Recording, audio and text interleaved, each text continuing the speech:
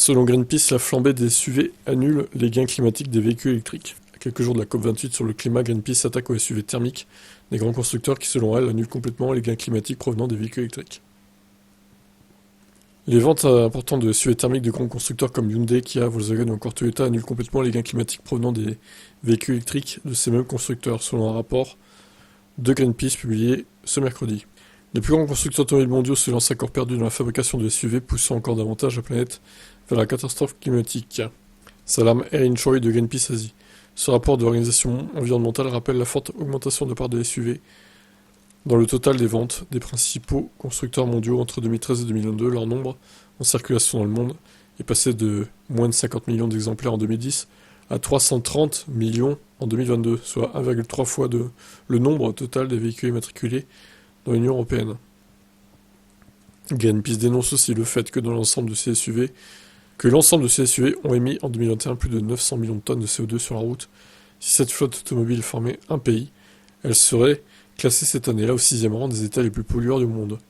Les émissions de CO2 provenant de l'usage des SUV du sud-coréen Hyundai Kia, de l'allemand Volkswagen et du japonais Toyota, hors émissions liées à la fabrication de ces véhicules, ont totalisé près de 300 millions de tonnes en 2022, selon les calculs de Greenpeace. Dans le même temps, les émissions de CO2 évitées par l'utilisation de véhicules électriques de ces mêmes constructeurs l'an dernier ont totalisé seulement 9 millions de tonnes, toujours selon ce rapport. Le hic de cette étude, c'est qu'elle n'est pas basée sur les émissions de CO2 générées sur l'ensemble du cycle de vie du véhicule, qui comprend aussi sa phase de production, extraction du lithium, production de la batterie, utilisation de certains métaux, comme le cuivre, transport, recyclage de batteries, en fin de vie, etc. Au total, selon certaines études, un véhicule électrique part avec un handicap de pollution avant même sa sortie d'usine, par rapport à un véhicule thermique comparable. Selon les véhicules et les modes de production d'électricité, il faudra environ entre 60 000 et 100 000 km pour que le véhicule électrique comble ce retard. Ça dépend des pays pour le coup.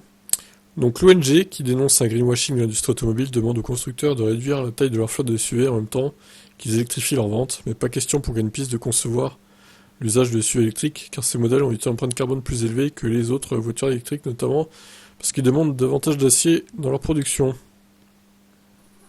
N'en déplaise aux détracteurs du SUV, ce type de véhicule est pourtant en train de s'imposer dans le monde. Ouais, est-ce que c'est une bonne chose? Pas sûr, hein. Surtout les gros SUV de plus de 2 tonnes, là, franchement, on pourrait s'en passer, hein. Bref, que vous pensez-vous de cette news? Ciao.